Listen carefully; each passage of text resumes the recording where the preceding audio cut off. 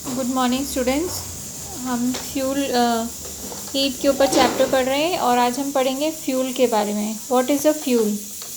ठीक है, आपने पढ़ा होगा, पहले भी आपने 7th क्लास में पढ़ा है कि जो वुड, चारकोल और जो हमारे एनिमल वेस्ट होते हैं या केरोसिन होता है, जो भी चीज़ बर्निंग के काम आती है और जिसको बर्न करने से हमको हीट और एनर्जी मिलती है, उसको हम फ्यूल बोलते हैं।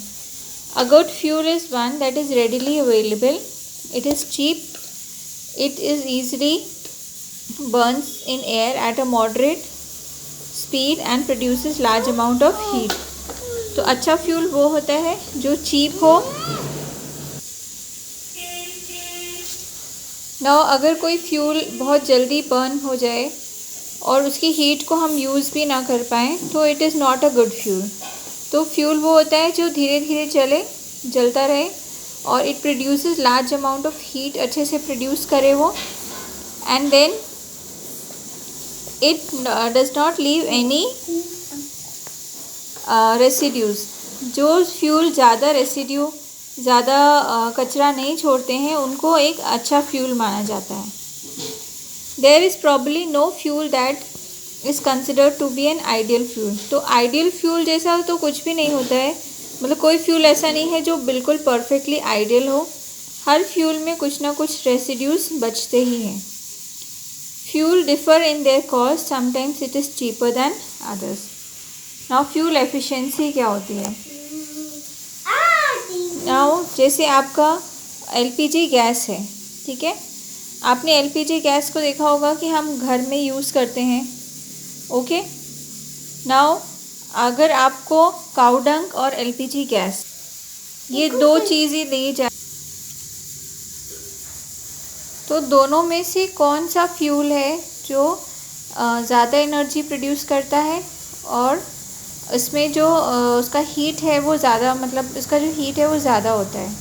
तो अगर आप 1 kg काउडंग लेंगे और 1 kg एलपीजी गैस लेंगे तो दोनों में से अगर हम कंपेयर करेंगे कौन से फ्यूल में ज़्यादा एनर्जी निकली है, ठीक है, उसको बोला जाता है कैलोरीफिक वैल्यू। तो calorific value of the fuel is expressed in kilo joules per KG. मतलब जो आपका एनर्जी है उसको जूल्स में काउंट किया जाता है और यहाँ पे किलो जूल्स हम देखते हैं कि कितने किलो जूल्स हीट निकली है या एनर्जी निकली है पर केजी, मतलब 1 kg फ्यूल जलाने पे। यहाँ पे here it is given a table, यहाँ पे एक table is given to you.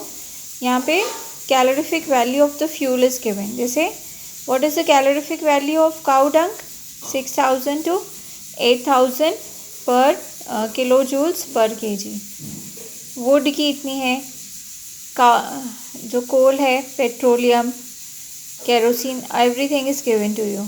Okay, now सबसे हाईएस्ट किसकी है कैलोरीफिक वैल्यू? यहाँ पे वुड की। Okay,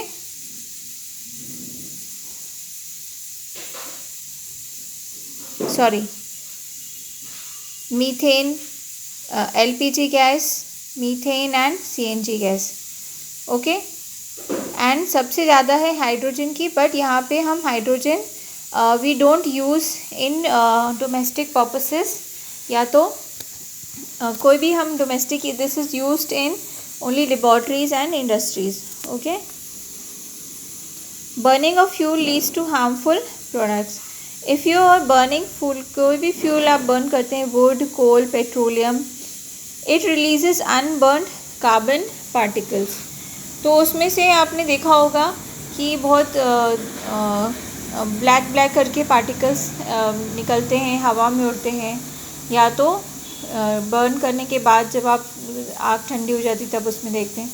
so these are fine particles और वो हमारे रेस्पिरेटरी सिस्टम में भी हमको अंदर जा सकते हैं, and these are dangerous pollutants. ठीक है, incomplete combustion of these fuels give carbon monoxide gas. जैसे कभी आप अगर चारकोल जला रहे हो, कोयला जला रहे हो, तो उसमें कोई कोयला जो होता है वो बहुत ही गंदा स्मेल करने वाला गैस प्रोड्यूस करने लगता है कोई कोयले के पीस में। So that is incomplete combustion, मतलब वो अच्छी तरह से जल नहीं पा रहा है। तो इसमें कार्बन डाइऑक्साइड निकलने की बजाय carbon monoxide gas is release and this is a very poisonous gas. So कभी भी आपको कोयला जो है, कोल है, you should not burn in a closed room, या कोयला जला के कभी भी हमको दरवाज़ा बंद करके नहीं सोना चाहिए। So carbon monoxide gas can kill a person sleeping in that room. Combustion of most fuels release carbon dioxide in the atmosphere. आप कोई सा भी फ्यूल जलाएंगे, जैसे एलपीजी जो है वो एक क्लीन फ्यूल माना जाता है, उसमें ज़्यादा रेसिड्यू नहीं निकलता है। लेकिन जैसे आपका पेट्रोलियम हो गया, वुड हो गया, चारकोल, ये सब चीज़ों से कार्बन डाइऑक्साइड निकलता है एनवायरनमेंट में। और ये जो हमारा एनवायरनमेंट का टेम्परेचर है, कार्बन डाइऑक्साइड गैस अगर उसका लेवल बढ़ेगा हमारे एयर में, तो जो एयर का टेम्परेचर है वो बढ़ेगा and this will cause global warming. Global warming is the rise of temperature of the atmosphere of the earth. उसका रिजल्ट क्या होता है? It results in melting of polar glaciers which leads to the rise of sea level, causing floods in the coastal area. Low-lying coastal areas may even be permanently submerged under water. तो जैसे अभी के scenario में हम देखेंगे, global warming के कारण बहुत सारे ग्लेशियर्स पिघल रहे हैं और जो कोस्टल एरियाज़ हैं वो धीरे धीरे पानी में, जैसे जो कोस्ट इंडिया का ही देखेंगे, कोस्टल एरिया में जो एकदम कोस्ट से लगे हुए हैं सिटीज़, बड़ी बड़ी सिटीज़, तो अगर ग्लोबल वार्मिंग बहुत ज़्यादा बढ़ेगी तो हो सकता है कि उनका कुछ पार्ट जो है उस सिटी का पानी में डूब जाए। Burning of coal and diesel releases sulphur dioxide gas. It is extremely suffocating and corrosive gas. Moreover, petrol engine give off gaseous oxides of nitrogen. Oxides of sulfur and nitrogen dissolve in rainwater and form acid rain. Now आपके जो भी residues निकल रहे हैं fuel से, वो atmosphere में इकट्ठा होते जाते हैं। Now when the rain is, जब बारिश का जो क्लाउड होता है, when the rain is coming down, तो ये जो गैसेस ट्रैप्ड हैं, these gases are mixed with the water, और ये गैसेस वाटर के साथ नीचे अर्थ पे आते हैं। तो ये जो गैसेस में जो हार्मफुल केमिकल्स हैं वो भी नीचे आते हैं, और वो जिस भी चीज़ पे गिरेंगे, चाहे वो आपका क्रॉप्स हो गया, ट्री हो गया, आपका घर हो गया, या आपके ऊपर गिर गया, तो दिस विल कॉज हार्म। तो this is called acid rain. It is very harmful for crops, buildings and soil. You have learned about it in class 7. The use of diesel and petrol as fuel in atmosphere is being replaced by CNG. तो diesel and petrol को आजकल CNG से replace किया जा रहा है, because CNG produces,